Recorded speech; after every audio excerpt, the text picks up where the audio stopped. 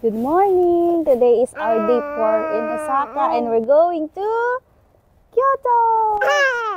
Ayan nga pala yung Airbnb building namin na tinutuluyan. O, ayan na si Daddy, second honor. First honor kami kasi ang usapan 6 AM bababa na. 6:30 na. Kami pa lang ni Baby ang nandito. Di ba, Baby? O, hintayin natin sinong susunod. Sa tabi ng building, meron dito parking space. Napakaayos pa rin, syempre.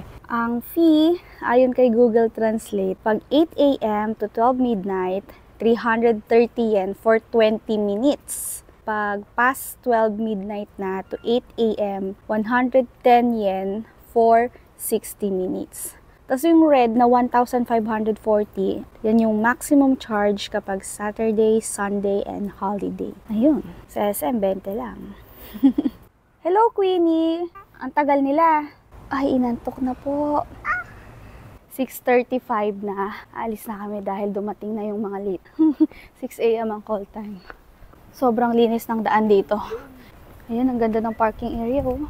Ayan o, ang aga pa, 6 AM pa lang, pero sobrang linis na talaga ng mga streets. Pero dun sa bandang shopping area sa Dotonbori and Shinsaibashi, may mga dumi. Siyempre, sobrang dami kasing tao dun. Sa Himeji, sa Nara, chill lang kasi dun. Sobrang linis. Ito na yung main street. Oh, sobrang ganda ng mga puno. Ayan, sobrang inosente ko ba? Ang ganda. Mapipilitang mag-stroller ang baby ngayon. Ilaban namin yung carrier niya kasi nadumihan kagabi. Baby, sakay ka lang dyan ha. Okay? Smile! Binabawi ko na pala sinabi ko nung unang araw na mahirap hanapin yung elevator. Madali lang pala. Naka-stroller kasi si baby, di ba? Dapat elevator kami palagi. Yung elevator, tabi-tabi lang. Pag kailangan bumaba, na elevator kasi iniisip nila yung mga PWDs. Shin Osaka via Umeda. JR Shin Osaka Station. Sasakay kami ngayon ng Shinkansen going to Kyoto. 15-minute ride lang. Shinkansen tickets. Dito yung Shinkansen entrance. Ayan, ang daming machines bilihan ng tickets. Tatry ni Daddy bumili ng ticket. Meron kaming dalawang option going to Kyoto. Una, Shinkansen bullet train. Ikalawa, Hankyo line train. Kung mag-Shinkansen kami, kailangan pumunta ng Osaka Station, then bumaba sa Kyoto Station. Ang cost lang nun ay 1,440 yen. Pero kung mag-Hankyo line train kami, kailangan pumunta ng Umeda Station, going to Katsura Station, then change platform lang going to Arashiyama Station. At ang cost lang nun ay 410 yen. Ang napili namin na sakyan going to Kyoto ay yung Shinkansen bullet train for the experience. Ayun na, done na si Daddy. Ayan. Receipt pala yung pang-anim. Asan? Receipt. Okay. Ito yung ticket. Okay. Hindi pala sobra. So, kung gusto mong ma-experience na sumakay ng bullet train, grab mo na yung opportunity na to kasi around 500 pesos lang naman from Osaka to Kyoto. Kung i-compare natin, let's say, Osaka to Tokyo, that's more than 5,000 pesos.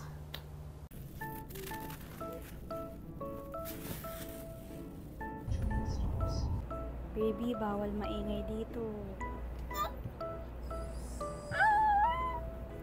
Pabalik ng Osaka, nag-Hankyu line train na kami kasi mas mura to compared sa bullet train. So kung nagtitipid ka talaga, ito na lang ang sakyan mo, papunta at pabalik.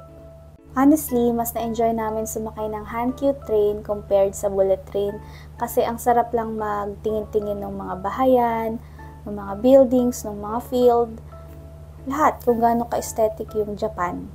Kasi dun sa may bullet train, ang makakakita lang ng view, yung nasa window seat. Maliit lang kasi yung window, parang sa airplane lang. Dumating kami sa Kyoto Station around 8 AM. Tapos, ito na nga guys, diba, ang aga namin.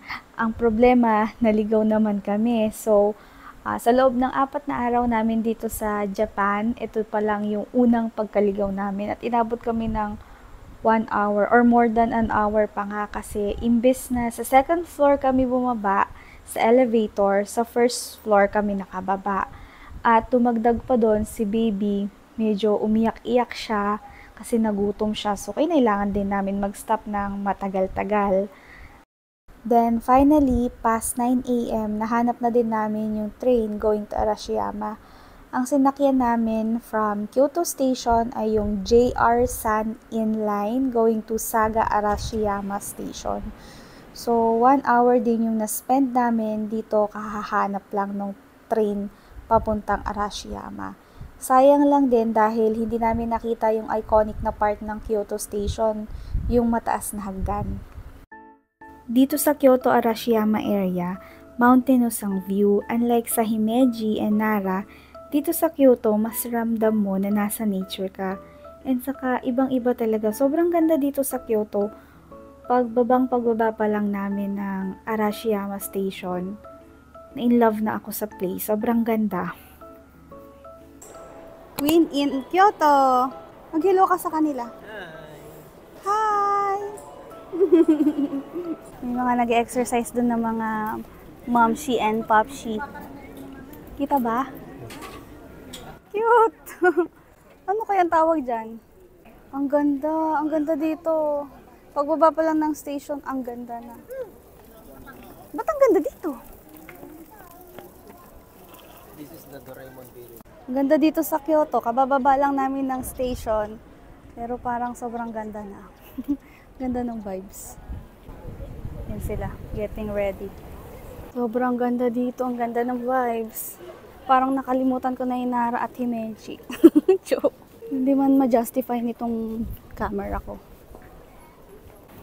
Ayan si Queenie riding her stroller. Stroller friendly ang buong Japan. Kasi sementado lahat, ano? Diba guys, ang aga naming umalis. Sinubukan kasi namin talaga na makarating dito ng maaga. Pero dahil first timers, hindi talaga maiiwasan na maligaw. Sobrang lawak kasi nung Kyoto Station. Tapos meron pa kaming kasamang bibi. Pero pagdating pa lang namin ng Arashiyama Station, tanggal na agad yung pagod dahil bumungad na yung mga bundok and mga traditional houses. Sobrang ganda guys, iba yung feeling compared sa Himeji and Nara. Para talagang nasa old traditional Japan na nakikita natin sa mga anime. Ayan na, malapit na tayo. So may mga ramp naman dito para sa stroller ni baby. Quiet lang tayo. Ayan yung admission fee. Garden only, 500 for adult, 300 sa child. Sa baby libre ulit. Ayan. Yan yung ticket.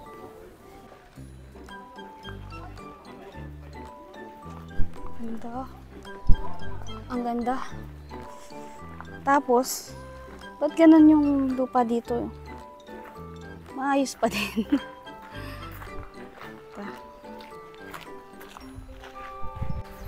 So, ito yung temple mula sa ilalim. Nakasaks yata, papasok. Sobrang na-inlove ako sa Kyoto, guys. Ang ganda ng nature, yung traditional vibes. Kaya naiintindihan ko na bakit sobrang daming turista talaga dito. Daddy, anong masasabi mo dito sa temple? Napanood mo ba yung Yu Yu Hakusho sa Netflix? Diba sa temple si Eugene na training? Parang ganito yun kahawig. Ayan, ang binayaran lang natin ay garden entrance. Kaya hanggang baba lang tayo. Ito. Garden viewing lang. Pag inamoy mo yung temple, amoy bamboo. Bango amoy amoy kahoy. Pwede palang mag-relax dyan. Pwede ko kapag gusto ko yun. Ayan yung siguro kung pupunta ka ng hindi masyadong peak season, mas ma-appreciate mo yung lugar. Pero okay lang din naman na napakadaming tao kasi nakakadagdag din naman yun sa character ng lugar. Mula dun sa Tenryuji Temple, may path na papunta sa bamboo forest. Ayan. Let's go! Oh, meron pa rin itong temple.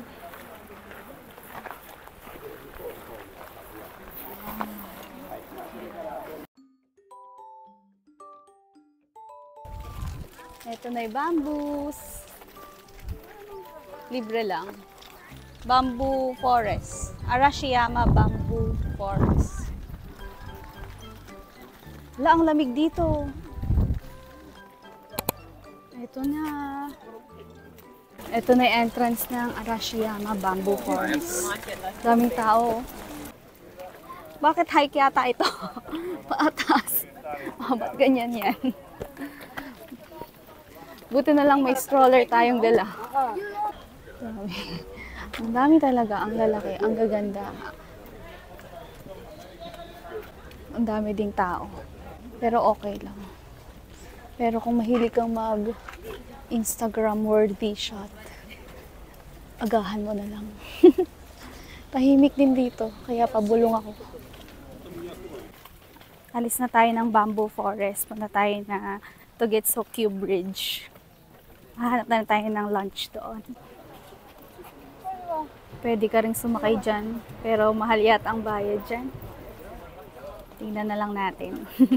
Mula dun sa Arashiyama Bamboo Forest, nag-bus lang kami papuntang Togetsokyu Bridge, yung bridge na sikat dito sa Arashiyama District.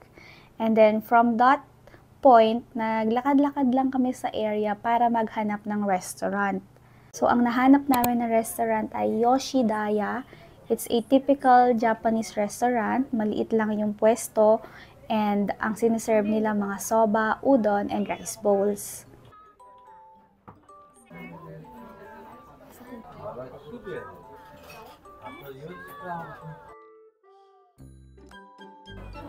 Para makakain kami, kailangan niyang manood ng Miss Rachel, ang favorite teacher ng Baby Beauty. Ayan, tempura udon, tempura rice bowl.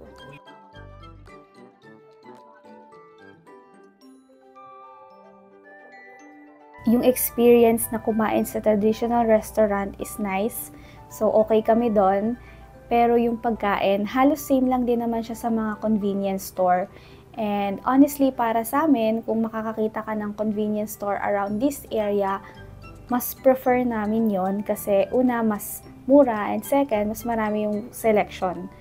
And masarap talaga yung experience sa Japanese konbini.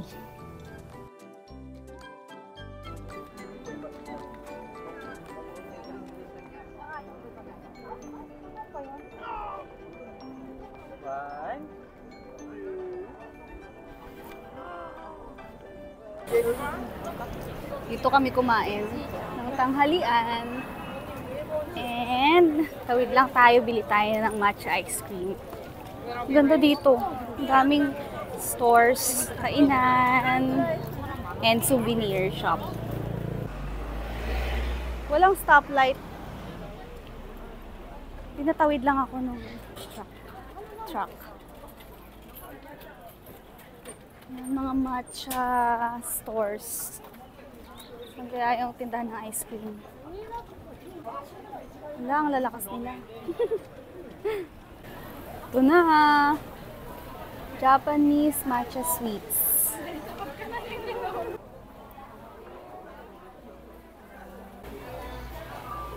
Ayan yung mga price. Ice cream, $4.32. Parang sundae, $4.50. Ay, sold out. Yung matcha, $380. Matcha ice cream. Tikman natin. Okay? Lasang dahon daw. Sobrang sarap ng ice cream. Kung mahilig ka sa matcha, sarap. Ngayon punta tayo sa bridge. Lapit lang naman dito yun. Ang ganda. Mahilig kasi ako sa mga ganyan. Nakaka-relax. Wow. Arashiyama River.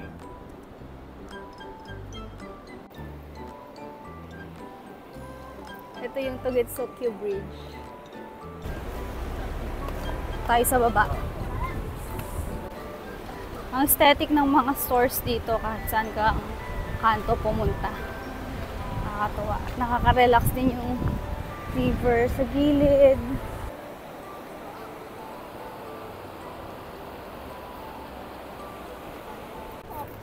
Ano yan? Binuhat na ang reyna. Matagtag kasi.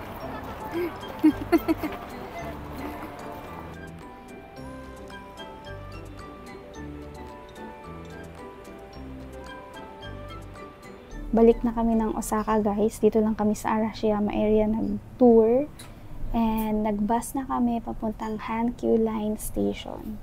Dito nga pala ako nakapwesto sa mismong harap ng bus. Ang taas ng upuan and masarap umupo dito. Kitang-kita mo yung view. Unlike kaninang umaga, di ba, nag-bullet train kami. So ngayon, magre-regular train na kami. Hankyu train going to Osaka. Ang saya mag-bus guys, instant sightseeing tour. Kita mo yung area na hindi masyadong pinupuntahan ng mga turista.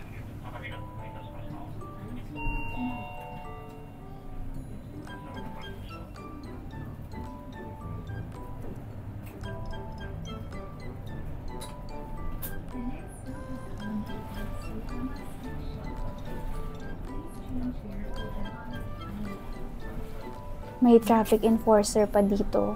Kahit wala naman masyadong sasakyan. Pero kailangan dahil masikip kasi yung daan. Parang two-way lang siya. And ayun, may isa pa. Sobrang ayos talaga nila dito. Sumaludo yung traffic enforcer. Tapos yung driver din sumaludo. Nakakatuwa kasi parang ramdam mo na may respect sila sa isa't isa. Andito na kami guys sa station. Sobrang ganda talaga dito. Dito kami mismo ibinaba sa Hankyu Line Station.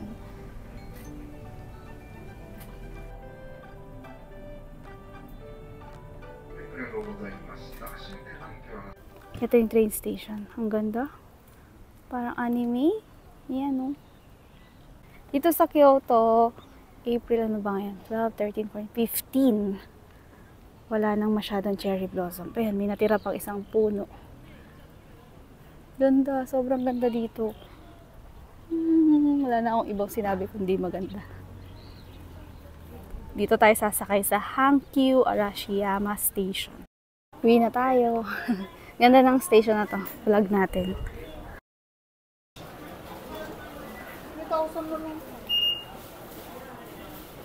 3,000 na lang naman ang card ko. Ganda. Parang malaking amusement park yung Japan. Ang ganda. May mga cherry blossoms pa doon. Ganda. May pink. Pink na pink pa yun, oh. Nahuli siya. Ang cute ng mga little details. Ayan. Yung ilaw nila. Yung flower na background. Yung mga bayan. At tapos napakatahimik. Ayan ay train nila. Ang ganda.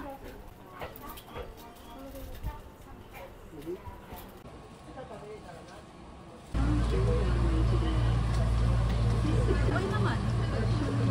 Hindi ko masabi masarap, pero hindi naman hindi masarap. Hindi siya matamis. Hindi siya matamis. May pait siya, parang nga siyang dahon ng malulang. Ay, ng labulang.